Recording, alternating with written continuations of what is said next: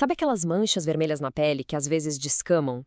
Muita gente já ouviu falar em psoríase. Mas afinal, o que está acontecendo ali debaixo da pele?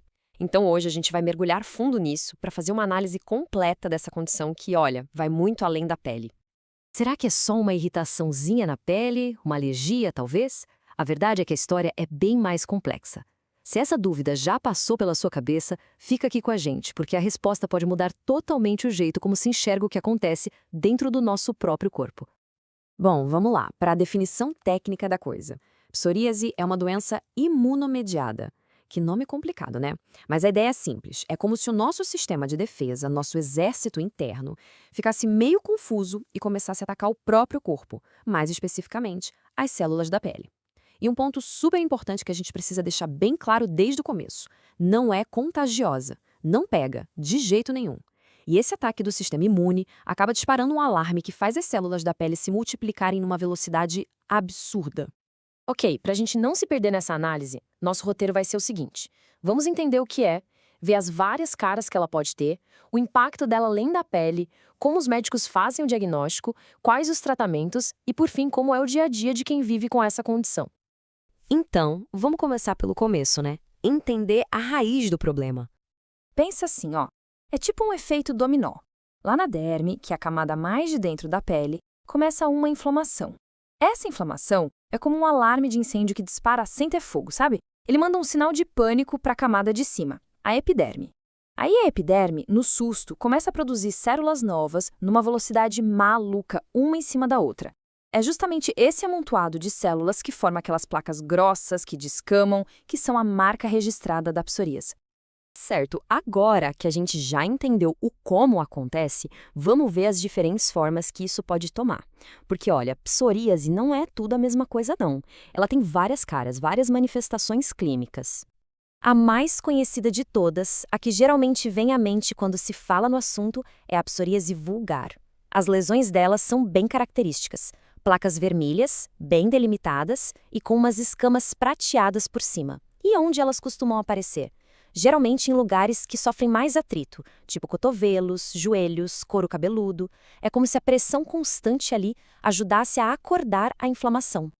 Agora, a psoríase invertida, bom, o nome já dá uma boa dica, né? Ela aparece justamente no contrário, nas áreas de dobras, axilas, virilha, embaixo dos seios. Só que aqui, por serem áreas mais úmidas, as lesões são diferentes. São placas vermelhas, mais lisas e quase não tem aquela descamação prateada. E tem uma forma que costuma pegar muita gente de surpresa, a psoríase gutata. Gutata vem do latim gutta, que significa gota. E é exatamente isso. Aparecem de repente um monte de lesõezinhas pequenas, parecendo gotinhas espalhadas pelo corpo. E o mais curioso é o gatilho para isso. Muitas vezes ela surge logo depois de uma infecção de garganta, principalmente em crianças e jovens. Isso mostra de novo, né, essa conexão direta da psoríase com o nosso sistema de defesa. Bom, e agora a gente chega nas formas mais graves, que são bem mais raras, mas que precisam de atenção médica urgente. Primeiro, a pustulosa. Apesar de o nome assustar, aquelas pequenas bolinhas, as pústulas, não têm infecção. O pus é estéril. E depois, a eritrodérmica, que é a mais séria de todas. Nela, a inflamação se espalha pelo corpo inteiro. A pele fica toda vermelha, descamando. É uma situação que é considerada uma emergência dermatológica. E tudo isso nos leva a um ponto que é fundamental para entender a psoríase de verdade. O problema não fica só na pele. O impacto dela é sistêmico. Olha só esse número. Entre 35% e 50% é a porcentagem de pessoas com psoríase que também vão ter algum problema nas unhas. Isso é uma prova gigante de que a inflamação não está só na superfície, ela está circulando e agindo no corpo todo. E como é que isso aparece na unha? Pode ser com os furinhos, que os médicos chamam de pitting, umas manchinhas amareladas que parecem gota de óleo, a unha pode descolar, engrossar, são vários sinais. E às vezes, o problema na unha é o único sinal da doença. E talvez o impacto sistêmico mais sério e mais temido seja a artrite psoriásica. É o mesmo processo inflamatório. O sistema de defesa confuso, que atacava a pele, agora começa a atacar as articulações. Isso causa dor, inchaço, rigidez. E aqui, o tempo é ouro. Diagnosticar cedo é fundamental, porque sem tratamento, A artrite psoriásica pode causar danos que não têm mais volta nas articulações. Beleza, mas com tantos tipos e sintomas diferentes, como é que se fecha o diagnóstico de psoríase? Existem 2 sinais clínicos que são bem clássicos que o dermatologista procura no exame. O primeiro é o sinal de Auspitz. Quando o médico raspa bem de levinho uma escama, aparecem os pontinhos de sangue, como se fosse um orvalho sangrante. O outro é o fenômeno de Koebener, que é super interessante. Sabe quando a pessoa se arranha ou faz uma cicatriz de cirurgia e bem ali em cima nasce uma lesão nova de psoríase? É isso. É como se o trauma na pele chamasse a doença para aquele lugar.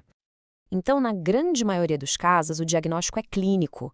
O que isso quer dizer? Que só de olhar as lesões, onde elas estão no corpo, o dermatologista experiente já consegue identificar. Agora, se ainda assim ficar alguma dúvida, aí sim pode ser pedida uma biópsia de pele para bater o martelo. E agora chegamos na parte que todo mundo quer saber, o tratamento. E aqui a palavra-chave é controle, não cura. Para os casos mais leves, o tratamento geralmente começa com os chamados tópicos, que são as pomadas e cremes que se passa direto na pele. Aí tem os corticoides, que são ótimos para diminuir a inflamação, e também os análogos da vitamina D, que ajudam a colocar um freio naquela produção maluca de células que a gente viu lá no começo. Quando as lesões já estão mais espalhadas pelo corpo, uma opção excelente é a fototerapia. É um tratamento com luz ultravioleta, feito sob controle médico, claro. E aí, para os casos mais graves, ou quando já tem artrite envolvida, a gente sobe um degrau e vai para os tratamentos sistêmicos. São remédios, de tomar ou injetáveis, que vão agir no corpo todo para acalmar aquele sistema imune superativado. Mas, um alerta muito importante. O uso de corticoide sistêmico, ou seja, em comprimido ou injeção para psoríase, é uma coisa que geralmente se evita. Por quê? Porque na hora de tirar o remédio, a doença pode voltar com uma força total, num efeito rebote que pode ser bem perigoso. Por isso, o uso é super restrito e controlado. E para fechar, vamos falar sobre a vida real, sobre como é conviver com a psoríase no dia a dia. Porque é uma condição crônica, né? Tem fases melhores, fases piores, é uma jornada de altos e baixos. E chegamos à pergunta de $1 milhão, né? A que todo mundo quer saber. E a resposta sincera é, por enquanto, não. Ainda não existe uma cura. Mas, e esse mas é gigante, essa é a mensagem mais importante que a gente quer deixar aqui. Não ter cura não significa não ter controle. Hoje, com tudo que a medicina oferece, é totalmente possível controlar a doença, deixar a pele sem lesões por muito tempo e, o mais importante, ter uma ótima qualidade de vida. A psoríase se torna uma condição que se aprende a manejar, a controlar. E quem sabe, né, conforme a ciência avança, a pergunta mude. Talvez, em vez de perguntar quando vamos ter a cura, a gente passe a perguntar como podemos finalmente reeducar o nosso sistema imune para ele parar de nos atacar.